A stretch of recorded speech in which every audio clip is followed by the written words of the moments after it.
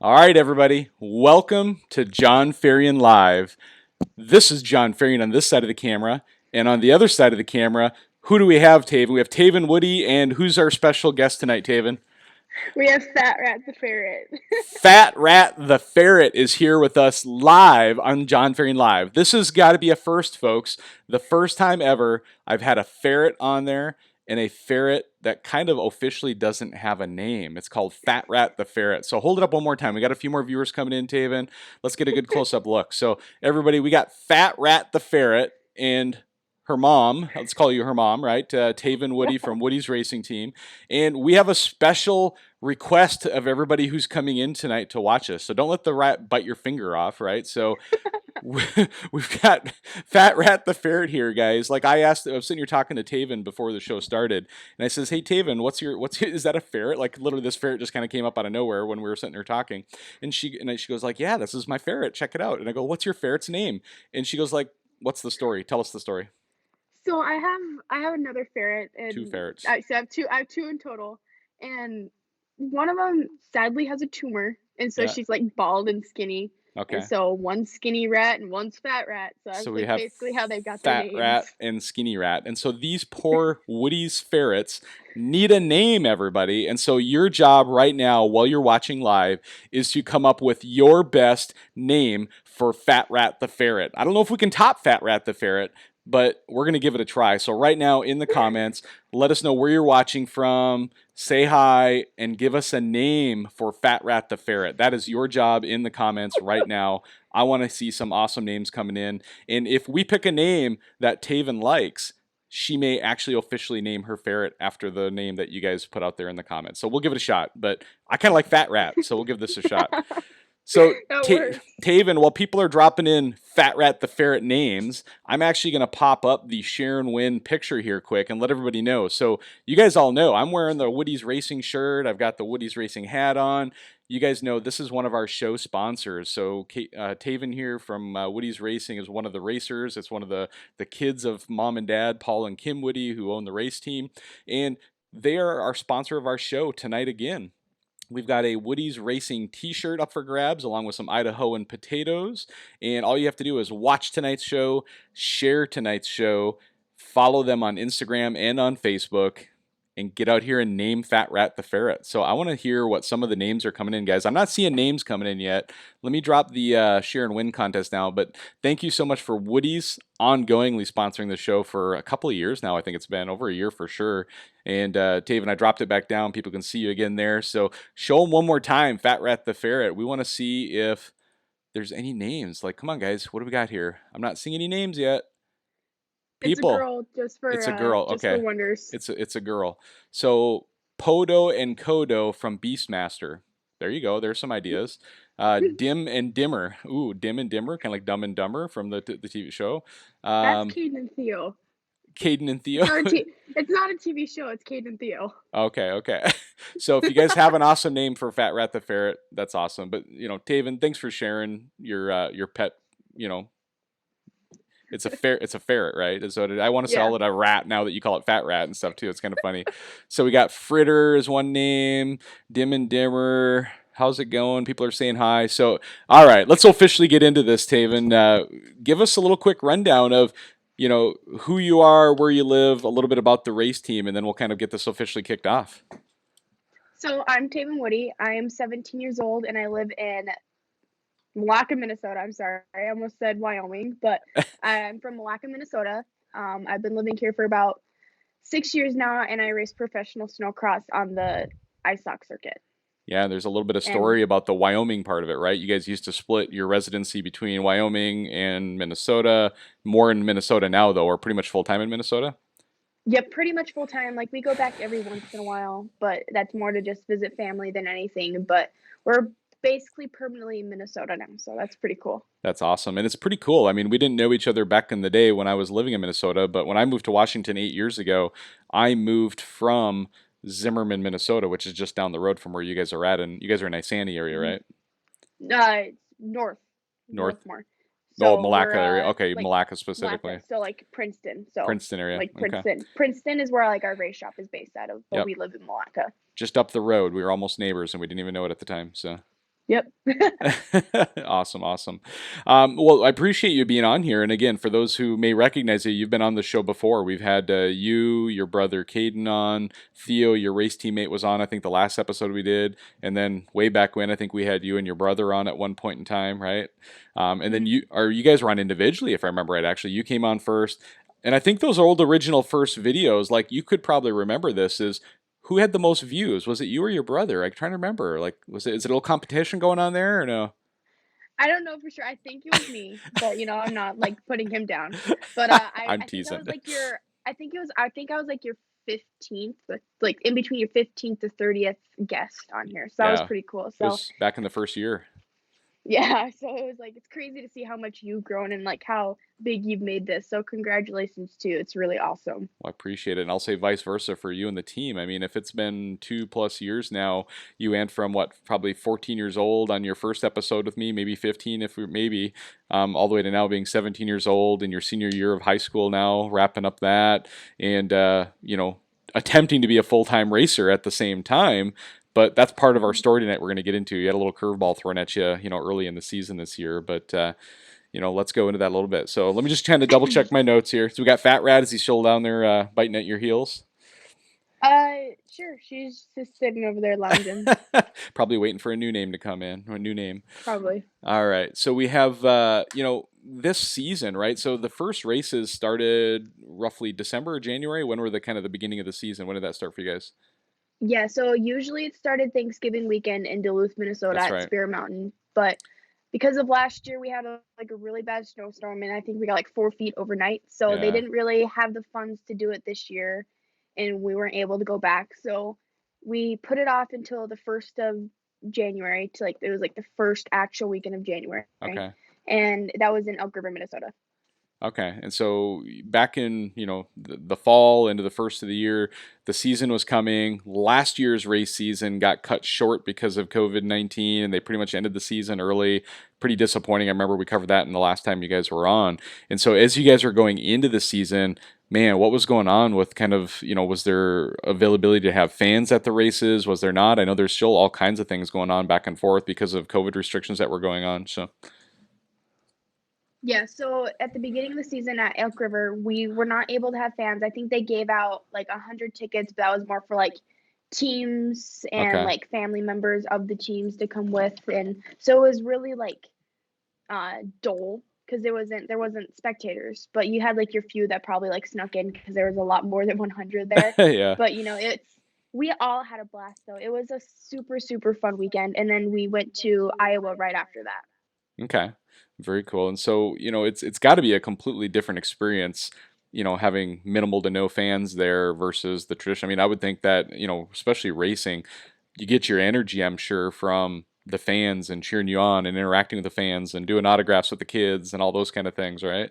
And Yeah, and it's when we went to Iowa, going from ERX, then literally the next weekend we went to Iowa, there was tons and tons and tons and tons of fans. So it was like, oh, sweet. huh, I missed this. Like, there's like a lot of people here.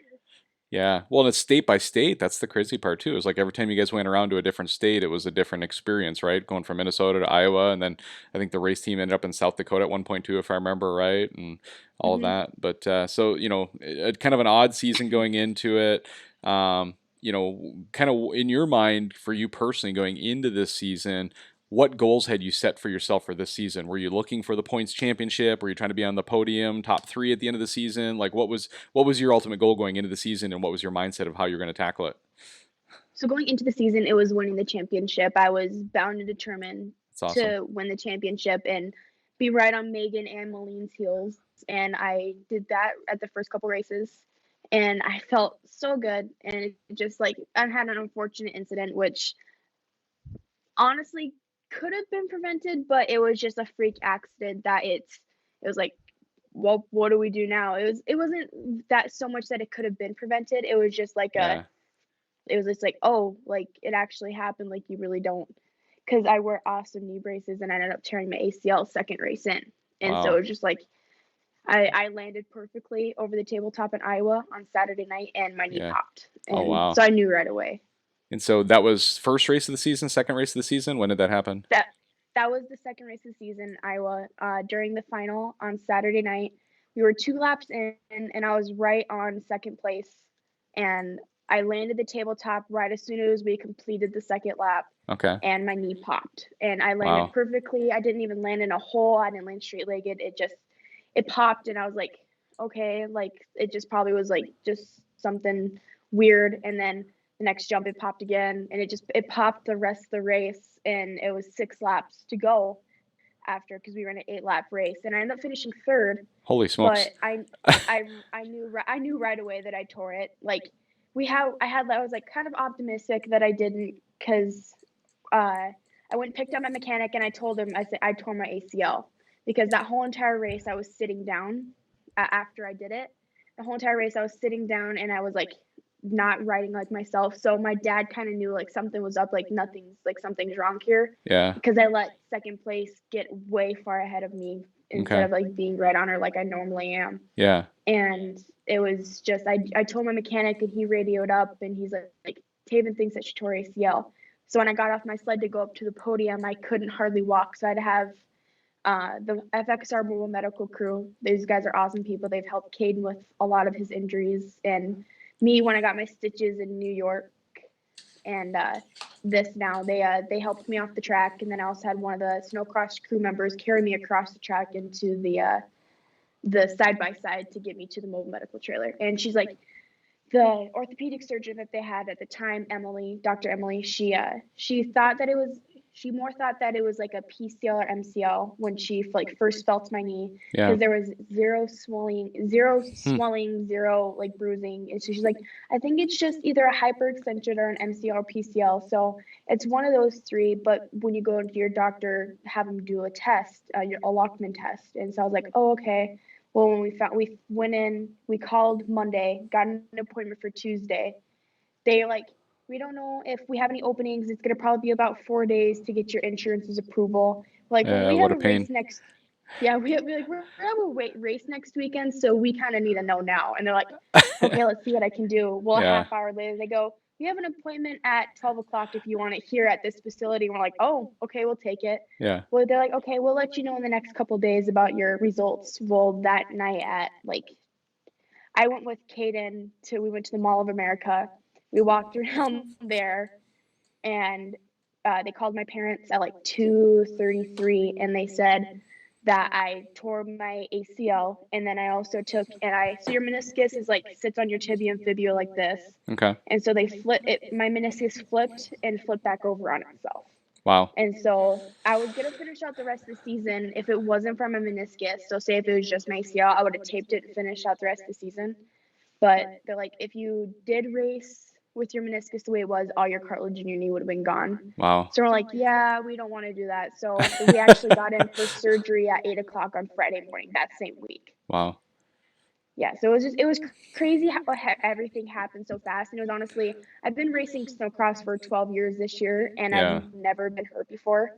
And so it wasn't a matter of if, it was when I got hurt. And that's Yeah. exactly how this sport is. It's so unpredictable at times. Well, yeah, I mean, and like watching, I mean, snowmobiling in general is dangerous enough, but now you go into the competitive world of snowcross racing and, the just full speed hammering the humps and the bumps and, full throttle through the corners and you're getting crossed up with people and, you may not even have realized it and maybe have gotten in a close call previously, whether it be just in a position and maybe even barely tore it. And this was just that kind of that final camel, what they call it, the straw that breaks the camel's back type of thing, right? And did you have any indication that you had previously injured it at all, or was this just kind of completely out of the blue? It was completely out of the blue. Like I've Wow. never had knee problems. It's always been ankle, and one of my ankles I have zero cartilage, and then the other one all my ligaments are stretched out.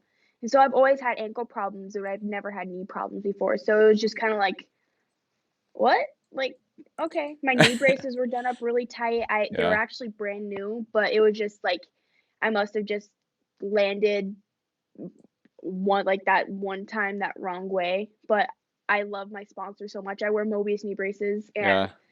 they support us all the way, and I will keep on wearing them no matter what. Yeah. tore his ACL and he still rides with them. And there's other racers that have had knee injuries and they still go by them because we found out that racers actually have like weird ACLs. So some people may have uh, thicker ones, some people might have thinner ones. It just how your body is. Yeah. So that's how we found that out. And Wow. so it was just like it's crazy because my one of my old mechanics, his wife jumped up into Caden's truck and she just jumped weird and she tore her ACL. So it's like it can happen at any moment at any Yeah. time. So it's just like a Yeah. well, you can't really do anything now. You have to get it fixed. So Well, one of my kind of my favorite life lesson sayings that I kind of share with many people is you can't always control what happens to you, but you can always control how you respond, right? And so this is a prime mhm, example of that, where out of the blue, curveball, you were doing everything right, just a freak accident, and quote unquote, your season's done, right? And mhm. there's a lot of people, honestly, who would, I think, just kind of bow down, walk away, and maybe never look back. And not you, right? So how did you respond? And let's talk about some of the cool new things you got involved in, some of the innovative things you guys have done with the team. Like, how have you played out the rest of the season in injury, right? Obviously, you've been doing your own. Like, we can maybe come back to kind of some of your physical therapy stuff, but let's talk about kind of what have you done to pass the time over the last multiple races while you've been injured? Because I know you've not been sitting idle. I've been watching. Yeah. So it was crazy. So when we found out at like 2:30, 3 o'clock, by the time 4:30 rolled around, my dad had already talked with Carl Shavinsky and Rod Scorch and already had it figured out that I was going and finishing the rest of the race season with the iSock series. And I Okay. am now announcing all the races, like all the morning parts of the races. So from on Fridays from like 11 to 5:30 ish, and then from 9 o'clock to 5:30 on Saturday. I'm announcing the all like the younger classes and stuff. So that's really cool. And it's like it's an awesome opportunity because after I get done racing, hopefully 1700 years from now. So probably like Well, because realistically 10 to 12 years from let's now. be honest. When you're 17 years old, you think you have 1700 years left of your life. We all think we're invincible when we're 17 at that point, right? Yeah. Yeah. So like my goal is to race for as long as I possibly can. Like until my body gives out. That's my ultimate goal is to Yeah, go until I can't go no more. And so after that, I'm hoping to go on to broadcasting of some sort. yeah. And doing this with ISOC opens couple more doors for me. So it's pretty cool. I've announced like some at a few regionals one time, and then I actually announced the ERX grassroots series in Elk River. I Okay, announced that for a season, that's very and cool. that was an absolute blast. So like being a racer, knowing the riders and knowing the mentality of the riders and knowing how the tracks can be and the snow conditions and the holes and stuff, it helps me out. And then it also helps who I'm announcing with. Unfortunately, Rod Scorch, the guy that I was supposed to be announcing with, he had an accident. He fell off a 13-foot ladder Oh my gosh. and fell and broke both of his wrists. So he's unable to come to. He came to Elk River last weekend and announced with me at the makeup race that we had at Elk River. He announced with me there, and because it was closer to home for him. But the rest of the season, I have Paul Smalls announcing with me, and me and him. I feel like we make a great team. Like sometimes we'll clash, but that's just because I'm learning still. But Yeah, I feel like even like when all three of us get together in the booth, me, Rod, and Paul, we all like do like a really awesome mixture. And yeah. having that background from Snocross knowledge, it helps out a lot. Yeah, well, I think that's, it's the kind of the double side of it, right? It's like to be a good announcer, you have to really understand the race and what, the racers are thinking and the strategies that are there to be able to really kind of keep the audience engaged and entertained with what's going on the track.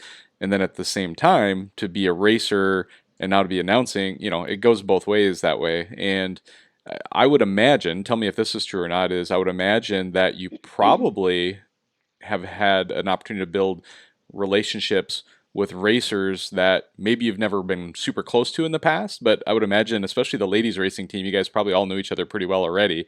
But now that you're up there calling the races, I would imagine that's just opened up new doors for building new relationships and strengthening relationships with other racers around the circuit and stuff too. Can you elaborate on any of that? Yeah, so this season it's kind of opened my eyes a lot more and it's just like, oh, anything can happen anytime. So I've actually taken advantage of that and have gotten a lot closer with some other racers. Malene Anderson was one of them. We've had our feuds in the past, and we've like brushed it off and just kind of like we're like, who cares? But Yeah. now me and her are super close, and even Megan Broder, me and her. This year we're not the closest that we have been, but I still respect her a lot. And Inanna Hogger, Tasha Lang, McKenna Kleiman, Alexis Anstra, all these girls are absolutely fantastic, and Yeah. I love them with all my hearts. But it's it's crazy seeing them about how much they've evolved over the season and how much like I want to like I support all of them, but how much like I support them even Yeah. more and respect them even more as a racer. So that's like the kind of relationships that I've had with like all those girls. So I still respect them and everything like that, and I will always respect them because it's crazy Yeah. to see how much they've grown from the beginning of the season to now Yeah. only 2 races left to go. Yeah. And do you find that you're, by watching the races from, the overlook, the announcers overlook and seeing things from kind of that eagle eye view, are you picking up on different, race strategies and different techniques that you're picking up on that maybe being in the race are not as obvious? Have you there been a kind of are you seeing the race in a different way than you maybe have seen it before from being in the announcers booth? Oh, 100%. I have a lot of different camera angles that I can see from. And even like in the mornings, they don't have like the cameras up. And so I can watch, especially when I'm up higher, I can see every single line that they're taking and every move that they make. So it's honestly, I think it'll kind of help me out next year. Of course, everybody evolves from the summer. And so it's gonna kind of they're gonna have different mentalities going into the season next year, but it helps me out because I can kind of predict what they're doing. Yeah. So I wouldn't call it like an advantage because I'm No. hurt, but Yeah. I would at the same time because I get to know what they're doing and what they're like doing to like help themselves out on the track. Yeah, but I know for sure it'll give you a more rounded perspective on your entire race career going forward, and I think that's going to continue to help you be successful. So, speaking of the rest of the race season, so what is on the docket for you then? Are you going to be able to race at all this season yet at all, or are you going to have to sit out the whole season? I'm gonna have to sit out the whole entire season. It's a 6 months recovery time. If everything goes well, hopefully I can Okay. get back a little bit sooner, but I don't want to push the envelope because I want to be 100% for next year, 110% even more. Like I'm going to win the championship next year. I need to dig That's down and I awesome. need to be determined. I need to put my head down and keep my head straight. And if I know if I know I can work how I can work and put my head down and have the determination, I feel like I can do very, very well next year. So that's the goal. But so I probably won't be back until August ish, kind of. Okay. So I won't be back until then. So I probably might be able to hit the last couple of quad races that we have at our D23 circuit, Mm-hmm. but it's not for sure yet. But we are hopping in cars this season, and Okay. so we're gonna hit that. We're not gonna go hard every single weekend because it's last last summer we did every single weekend we had a car race. Yeah. So like I kind of we wanted to chill out a little bit and like let our this year well last year on March, we opened up a new manufacturing business. So we're letting that grow a lot more. Right now, we have an awesome crew of guys that we can just bust out trailers really awesome. So if you guys ever need anybody watching, if you guys ever need a trailer built or fire pits, we do custom fire pits and anything, even exhaust tips, we do those. But if you guys ever need anything, we got you. So get a hold of us, even on Woodies Racing. But we're wanting that to grow a little bit more, and so it's pretty cool though. Like we're excited. I'm getting my car tore down right now, like Yeah. literally as we speak. It's kind of we just pulled the motor and tranny out of it, so I'm excited to see. We don't know for sure what we're doing, but like I feel like we're gonna be going Yeah. hard, like I was doing normally as And I, and normally do. Yeah, and I know you've kind of covered it here, but I want to really just highlight the fact of like, snowcross racing is obviously your winter passion, but you guys race ATVs and quads in the summertime as well as now stock car racing, right? Like it's basically dirt track, oval track racing. In the stock car racing, are you guys just in Minnesota or do you travel state to state also for stock car racing? So we went to Wisconsin last year at Cedar Okay. Lake. We went to that race, and that was an awesome. That's a weekend long race. That was pretty Yeah. cool. But we more stay in Minnesota. Like we might hit a couple of them out of state every once in a while, but Yeah. it's not really on our list right now. As we know, I'm in a street stock, and then I'm also in a uh, sport mod B mod, if you want to call it also. So we're Okay. actually going to run 3 nights a week, hopefully, at our like basically 3 local tracks. So. Very cool. Very cool. Yeah, because I know there's tracks like right down by you guys in Princeton, a big one, and then do you guys hit North Mhm. Central Speedway up by Brainerd too then, or no? Yep. So I raced there a couple times last year. The boys more raced there than what I did because I didn't Okay. get started until like the middle end of the race season. Yeah. So we're gonna hit Princeton, Ogilvy, and then we have a new. It's not new, but they're reopening, and it's a track in St. Cloud. Oh, gotcha. Okay. Well, you keep yourself pretty busy, don't you? And it all has to do with a lot of horsepower and speed and lots of fun, it looks like. So Yeah, for sure. I'm very fortunate for what am able to do. that's awesome. Well, before we kind of talk about your long-term, goals and stuff like that too, what I'd love to do is just highlight a little bit about how the team is doing overall because, in spite of your injury and being, set on the sidelines for a little bit, your brother Caden as well as your teammate Theo has had a pretty good season. Can you give us a couple of highlights on how their season's going this year? Yeah, so Caden this year for Caden, it's a learning year. It's his first year in Pro Light, and he's actually doing really, really well. He's made a few finals, and that was our ultimate goal this year. Hopefully, get into some top tens at these last 2 races. But he's so determined. He puts his head down, and he knows exactly what he needs to do. Sometimes luck isn't in his favor at times, but man, he knows how to ride, and he's my ultimate. He's like my superhero.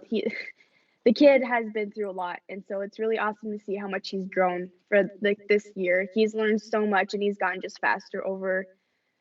Starting to choke up. He's just an awesome big brother. But Theo, he's had a couple podiums. He's had a win, and then I want to say second or third place. He's had a couple podiums, but he's been, for the most part, pretty consistent. He's made almost every single final.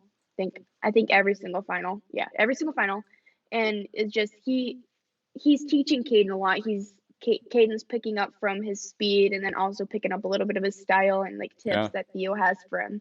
So those two together running in the same class, those two actually make a really, really super good team out there. And it's just the team that we have this year is absolutely awesome. Matt has Theo as a mechanic, and then actually a guy, it's the D23 rep that we race quads with. He's a super, super good friend of ours. He went to a few quad nationals with us, but he's Caden's mechanic.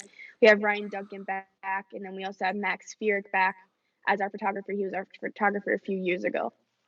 Yeah, that's awesome. That's awesome. And so I know Theo also, a lot of folks maybe don't know this, is that he's actually, he's from Canada, right? And so for him to come Mhm. down and race this season, my understanding is he got permission to come down across the border, but he had to stay here throughout the race season. So how's that going for him? I would imagine he's missing his family, or is his family down here with him?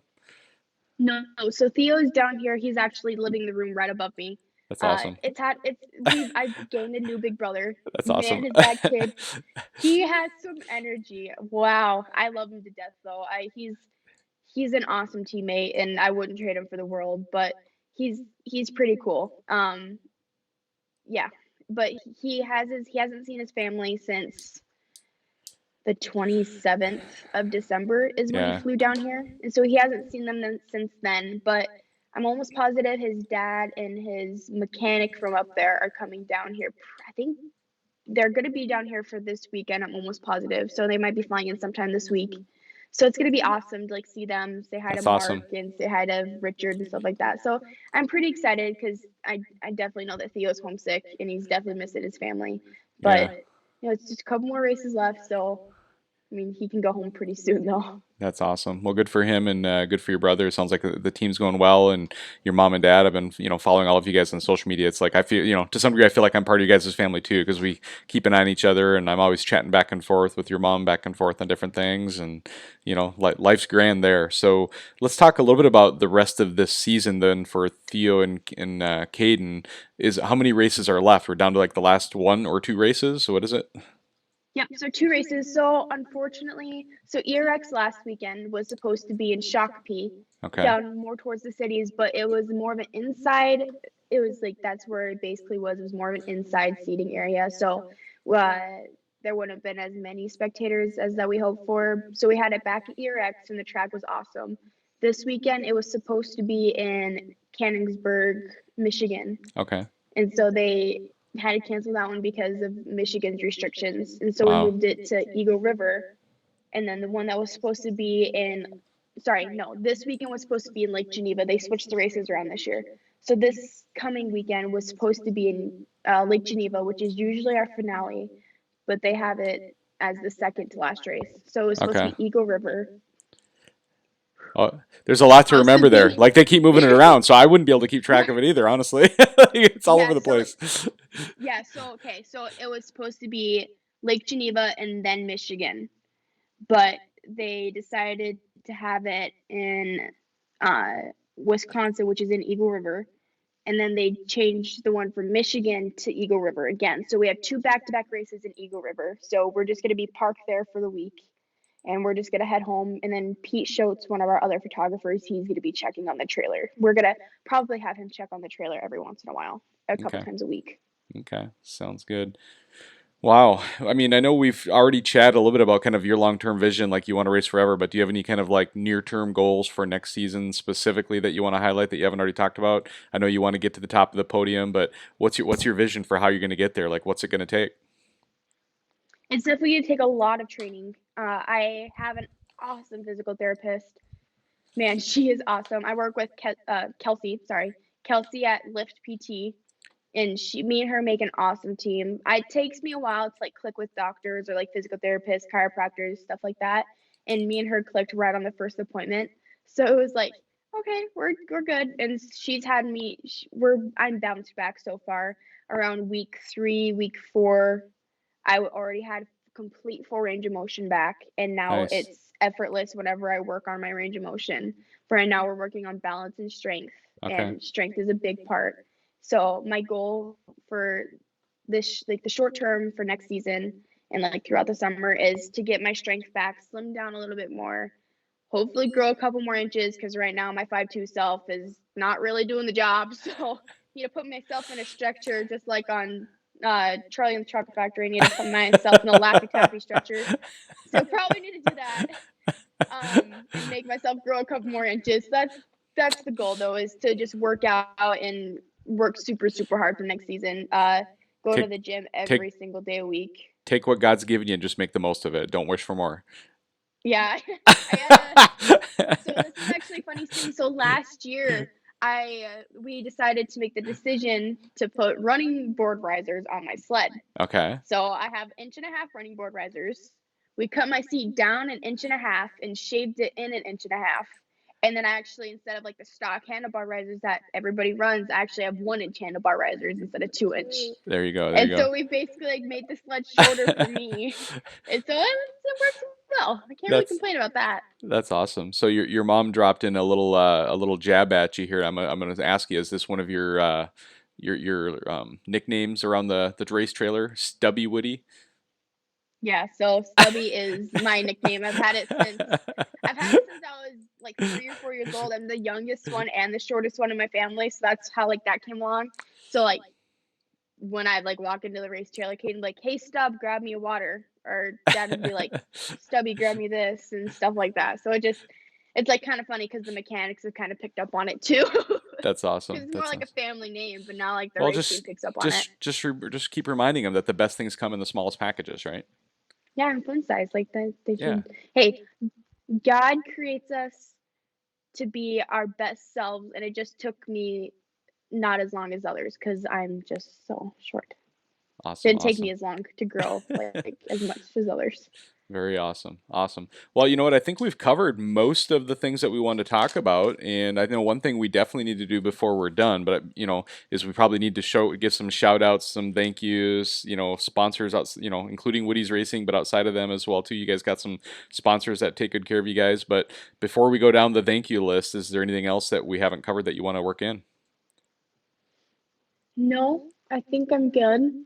I don't think I have anything else. Just that recovery is going good, and expect me to be back next season and hopefully knocking it out of the park. But like, I want to thank you for letting me come on and share this with everybody because it definitely gets the stuff off my chest that I needed to say. So it's been pretty cool. But I want to say huge thanks to my mom and dad because they literally gave up everything to move to Minnesota, and now we're out here full time and just made my dad is my absolute world. He works so hard day and night, and even my mom too. So my huge thanks go out to them, Caden.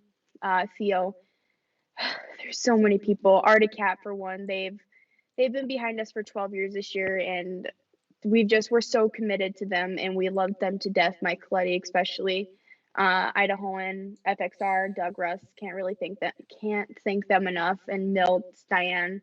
Wow, there's so many people to thank. Market Nitro Lubricants, Bubba Burger, CNA Pro Skis. If you don't know, I'm like known for my skis. Last year I had blue and purple. This year I had gray and purple. Very cool. Unfortunately, I only had 2 races on them, but it's fine. But I just want to thank everybody. It's overwhelming how much support I get from my sponsors. Yeah. Well, when you just you surround yourself with amazing people, you continue to be an amazing person like you are. Those sponsors just want to be part of your team. That's what it's all about. So. Awesome, Yeah. awesome. All right. Well, unless you have any final thoughts, I'll give you one last chance, final thoughts, and then I'll wrap up the show. Thank you everybody for joining, and that's about it. All right, everybody. You guys all know what it's all about. And but last chance here, if anybody thinks of a really good name for Fat Rat the Ferret, feel free to drop it in the comments. It's not too late. Drop it in there. But outside of that, you guys know what live large means, right? Taven, we've talked about live large, right? So it's live life to the fullest, make the most of every day, and make a difference to others. I'm pretty sure we just described everything you talked about tonight, right? Yep. So live large. God bless all of you guys, and have an amazing night. Yep. Thank you, John.